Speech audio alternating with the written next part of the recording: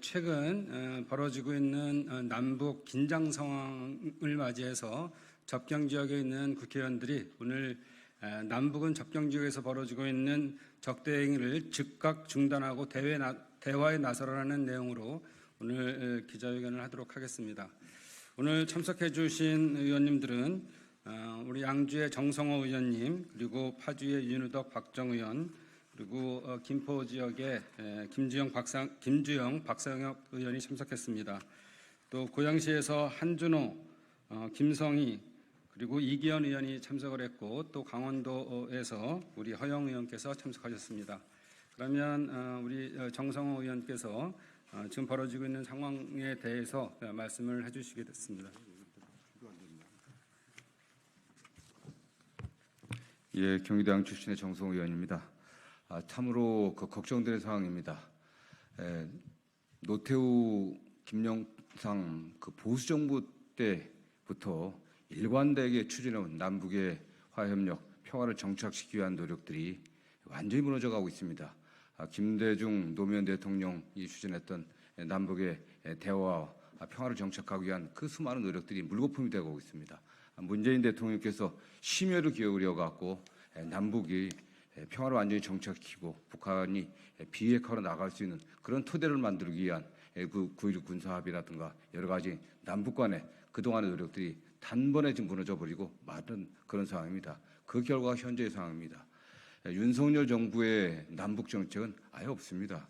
여러분도 아시는 것처럼 윤석열 정권 취임 이후에 외교도 파탄됐고 남북 관계도 안단 파탄에 이르렀고 그 결과가 오늘날의 사태를 만들었는데 북한도 이 엄중한 상황을 더 위험하게 빠뜨려갖고 우리 한반도가 다시 군사적 대결이 현실화되는 그런 상황을 만들지 않기를 저는 간곡하게 북한 정권에게도 요구하는 바입니다. 오늘 접경 지역에서 접경 지역을 근거로 하고 있는 국회의원들이 모인 것은 우리 접경 지역 우리 국민들이 굉장히 불안해하고 있습니다. 저도 최근에 경기도 연천 지역도 한번 다녀봤는데 지역 주민이 느끼는 불안감은 저희가 생각하는 그 이상입니다. 정말 이러한 것들이 계기가 돼갖고 우발적 충돌이 일어나고 다시 남북 간에 어떤 군사적 충돌이 있지 않을까.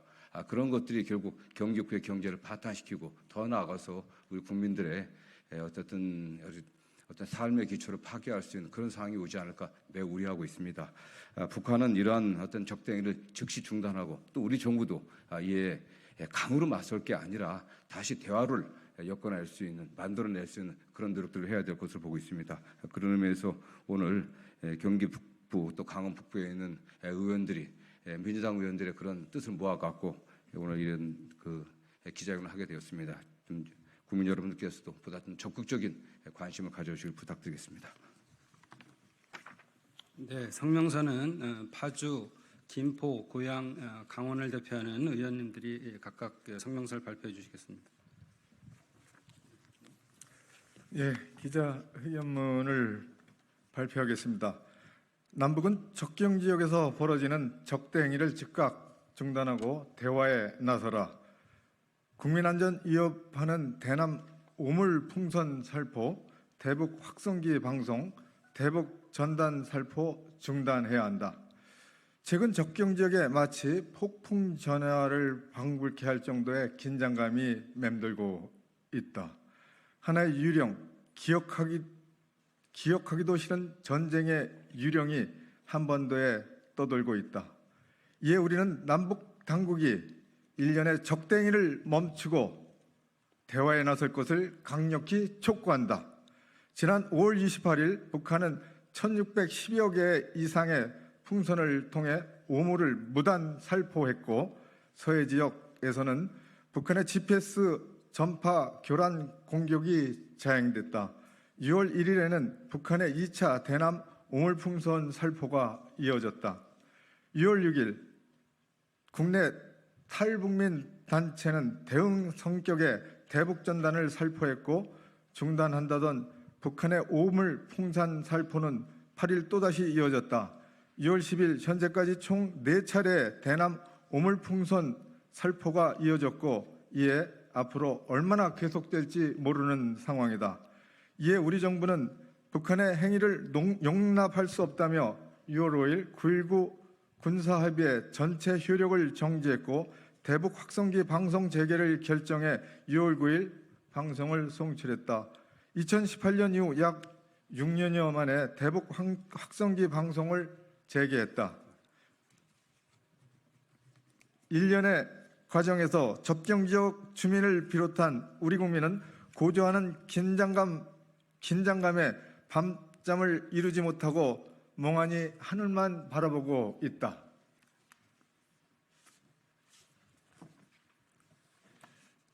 최근 급격히 고조된 긴장의 책임이 북한에 있다는 것은 분명한 사실이다. 우리는 우리 국민의 안전을 해치는 어떠한 도발 행위도 용납할 수 없다. 북한은 대남 오물풍선 살포를 당장 중지해야 한다. 그러나 북한의 이 같은 도발에 대해 대북 확성기 방송 재개 등으로 맞서는 방식이 옳은가에 대해서는 정부도 심도 있게 고민해야 한다.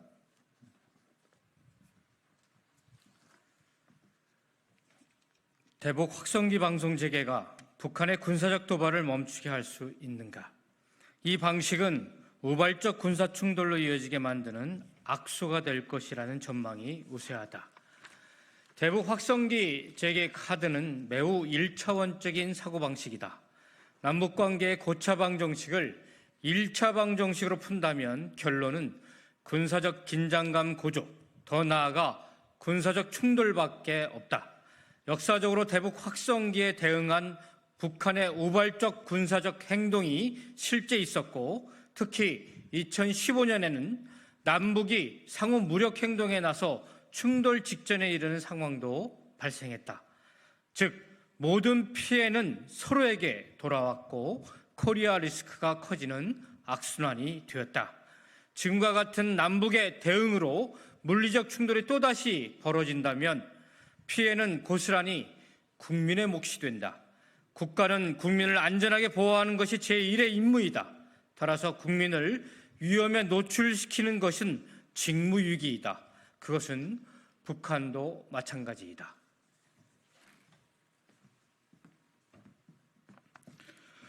강으로 강을 다스릴 수 없다.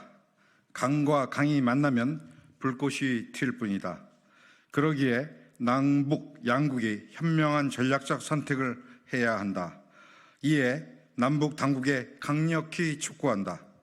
접경 지역에서 벌어지는 적대적 행위를 즉각 중단하고 대화에 나서라. 남북은 서로 총을 겨누고 위협했던 역사가 있지만 대화를 통해 합의를 이뤄낸 역사도 갖고 있다.